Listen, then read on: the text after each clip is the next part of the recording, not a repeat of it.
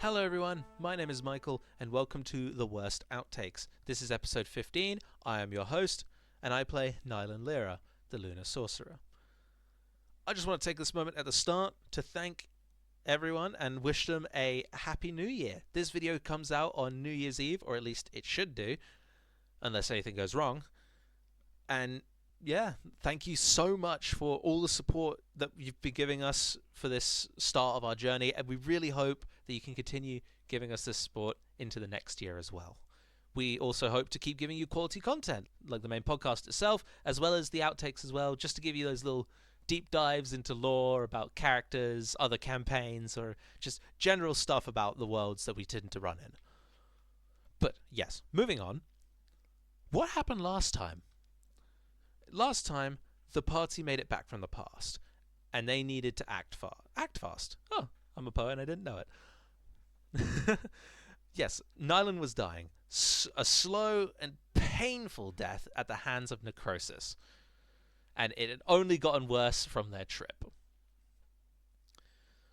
But before that, we needed to check around Nalasalark to make sure Memor's brother Melod wasn't there, because we couldn't just miss him. Mem was looking for him after all. Wanting to save time, we decided to go and hire a scryer, as we put it in the video, ever so resplendently. We look around, antics ensue, as they always do. Not fun without him. And after finding one, we pay him, and he tells us that Melod is in the Starry Desert. It's a magical dead zone, where non-wizards are sent by the higher lords of Nalasalark, because they think their magic is cheating and not true magic. After learning this, we find a kind man offering travel to Nudrakan, a place filled with clerics. Hopefully one of them will be able to cure Nylan so he doesn't turn into a ghostly ghoul, and we have to introduce a new character. With what happened last time out of the way, what are we doing today? Well, today I'm giving a recap over the now finished Conduit saga. This one may have only taken 4 episodes, but it was a lot of fun for us to make, and apparently it's been a lot of fun for you guys to listen to, from what I've checked in the comments. So this is going to be like a quick summary of it all, like we did for the first 10 episodes, just so people who missed it can get a quick look at it and continue on if they don't want to go through the last 4 episodes. To start us off with episode 11, the Lyran Wizard Academy, we picked up in the conversation where we had to inform Tanti's brother about Tanti's demise. How he was turned to dust and we kept him in a bucket that I honestly forgot we had. This didn't help at all. In fact, it probably made it worse. And he asked us to leave, so he could mourn his brother, assumedly. We give him his space, and in the shadows he asks someone to keep an eye on us. The group, however, need to learn what's happening with Nylan's hand, because whatever's happening is not right. That needs to get stopped immediately. An idea that they have is to go to the Lyran Wizard Academy, which used to be Nylan's home. It's ran by his father, and hopefully he'll be smart enough to know what's going on and give us a solution. Upon meeting him, he says that he himself doesn't know what's going on, but we should seek a necromancy professional, which we just so happened to have at the school, which was a giant dragon, I believe the teacher was, which was really cool. But yes, after speaking with him about the whole thing, it's necrosis, and it'll slowly turn Nylan into a ghost in a very painful way, so stopping it immediately is a good idea. He recommends a cleric. So with a solid goal in mind, they agree to head out in the morning, as it's getting late and traveling in the night is just asking for trouble. Nylan heads to his old room at the top of the tower, and Mud, Oem, and Memor are sent to the detention cube because they got caught playing Jenga, which is not allowed in our school for very obvious reasons that we will get into later. Moving on to episode 12, Way Back When. After staying the night, we go to leave and are asked to stick around just a tiny bit longer by Nylan's father, because of a time capsule that's going to be opened up from 100 years ago. Back then, Nine's grandfather was in charge of the school, so he agrees to, stick around and see what his grandfather's left behind. Nine and his grandfather got along really, really well. They both had the same sort of lunar sorcery aspect going on, and it was Nine's grandfather who helped Nine decide what he wanted to do, which was adventure, searching for ruins and marking them for the world to see in books. Because Nine used to love those books as a kid.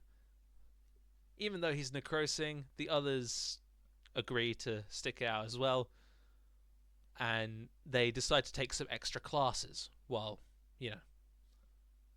waiting for the time capsule, which was in a couple days.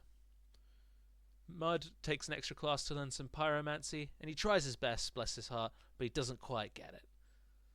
He'll get it next time, though. I've got a good feeling. However, Nylan aces the class like he never left.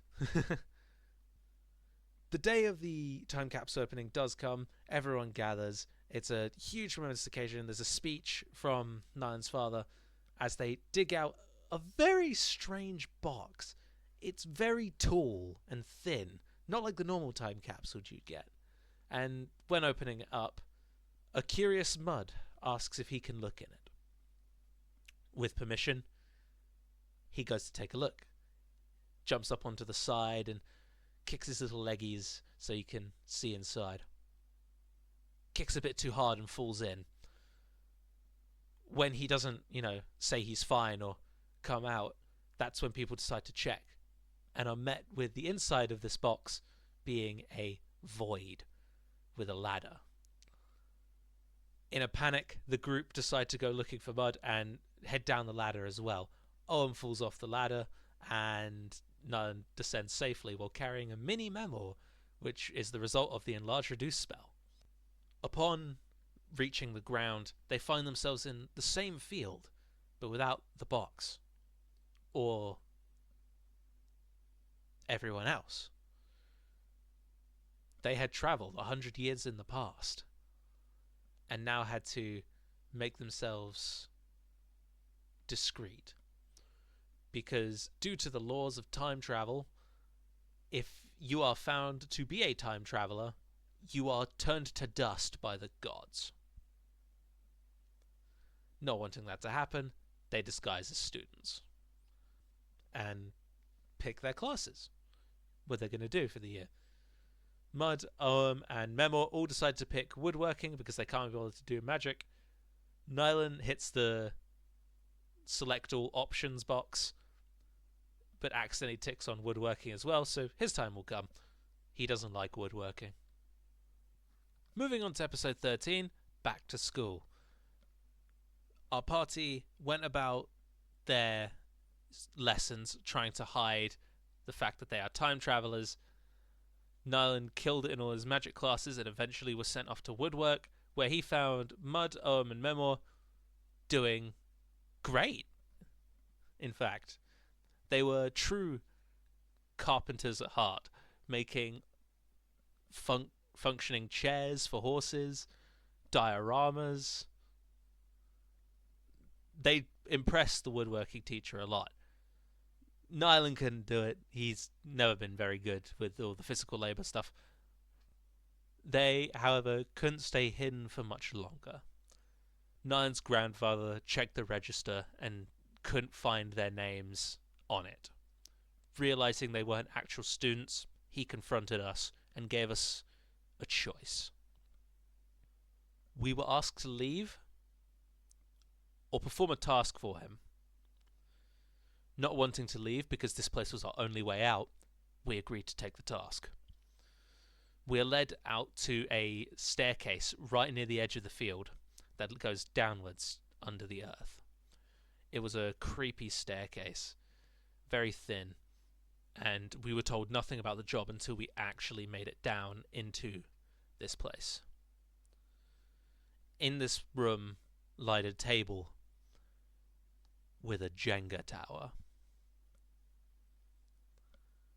He asked us to remove it, as he or none of the other staff could, and left us to our devices. Mud's immediate thought is to eat the tower. Upon eating the tower, muddy water starts to flood in and fill the room. We had to get Mud to spit it out so we didn't drown in muddy water. After some consideration, we realized that our only option was to play. I don't remember who removed the first piece, but once it was removed, a part of the floor and wall disappeared, expanding the room. Expanding it to a point, to an extent where we couldn't stand on it because there was no floor, into a bottomless drop. We kept going because the door was gone, and we were hoping that if perhaps we won this Jenga challenge, we would escape. After some very tense dice rolls, we beat the game, causing it to summon a being. This person called himself Janalo, the Jenga Genie.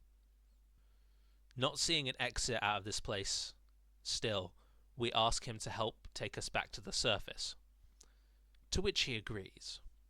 With a snap of his fingers, we are warped up to the top, but turn around to meet the tower of the Lyran Wizard Academy has been turned into Jenga blocks.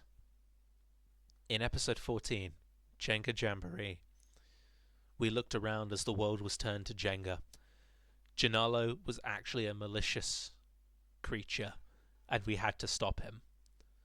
We sprinted into the building and through the hallways, running past all of the Jenga block students and the Jenga block teachers. Mud and Owen make a suggestion to head to the woodworking class to arm ourselves with tools to face this wooden monster. Most of the party finds weapons. Nyland is pretty happy with what he has in his arsenal. Fire spells would do the trick. Strangely enough, however, we do find that the woodworking teacher was still sentient, not made of Jenga, and he agrees to join the fight, brandishing his trusty nail gun, which for some reason he had. After getting stopped in the hallway by a couple of these puppets, we sprint our way up the tower and make our way to the roof, where Janala was floating in the air, casting down a rain of Jenga blocks, like a hail, not hard enough to hurt, but enough to be very annoying. The battle began. Blocks were flung, spells were sent flying. It was a back and forth blow here and there, all over the place. Giant floating Jenga blocks were made, used as platforms by us, and kicked around, causing us to nearly fall. But after a very valiant fight, we did bring low Janalo. This did, however, cause everything else to start falling. Most of us managed to make it back across in time, but Memor fell straight to the floor below, almost dying in the process. He may have lived, but one of his front legs was permanently damaged. We climbed back down, made sure Memor was okay, and Mud ate a golden Jenga block. I believe it was a golden Jenga block anyway. But it was something gold that Janala had dropped. After defeating him, everything returned to normal. We were thanked by Nyland's grandfather, who, through a subtle nod, knew who Nyland was. The very next day, they were burying a time capsule, to which our group hid in and waited for the ceremony to finish. Upon the spell being cast, we were flung straight back out into the future. Or, well, into our present time. The future of when we were, specifically. We looked a lot different. Didn't look like we were gone for that long, but we came out with Memor having a bad leg. Mud had slightly evolved to have a piece of chitin on his forehead, bearing his holy symbol. And Oem had sandpaper gauntlets. That does appear to be the end of our recap for the Conduit Saga. It was a bit of a shorter one than the last one, but I had a blast playing it, and so did everyone else at the table. We hope that you had a blast listening to us go through this endeavour, and if you want to show your support, feel free to leave a like, a comment, and subscribe on the YouTube video, or you can find us on one of the many other platforms like Spotify, Instagram, X or Twitter, whatever you want to call it, Reddit, TikTok. and other such services that you can find us on. If you liked it, please tell us what you liked, and maybe leave like a good review on a different platform. Or if you didn't like it, please let us know what you didn't like about, so we can, change it and make it better for you.